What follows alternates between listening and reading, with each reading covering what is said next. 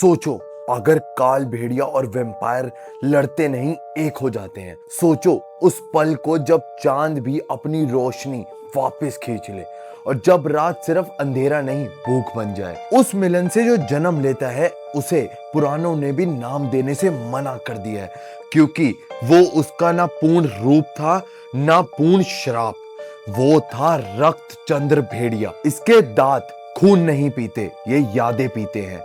जो इसके सामने रोया उसका डर पहले मरा, और जो नहीं रोया वो जिंदा जल्दी मरा। कहते हैं इसकी एक दहाड़ से पूरा जंगल चुप हो गया।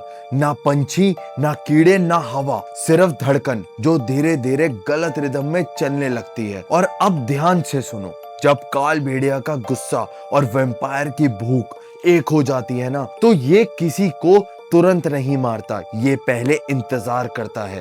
इंतजार उस पल का जब तुम खुद कहोगे अब बस, और जैसे ही तुम हार मानते हो वो तुम्हारे पीछे खड़ा होता है।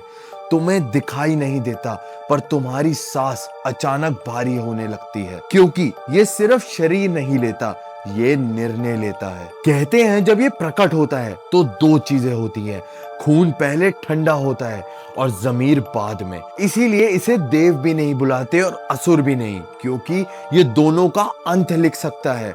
और अब सबसे खतरनाक बात, कथाएं कहती हैं अगर कभी रात को तुम अपना ही नाम किसी और की आवाज में सुन लो तो भागो मत। कमेंट में सिर्फ एक ही शब्द लिखूं, भागो या पलटूं।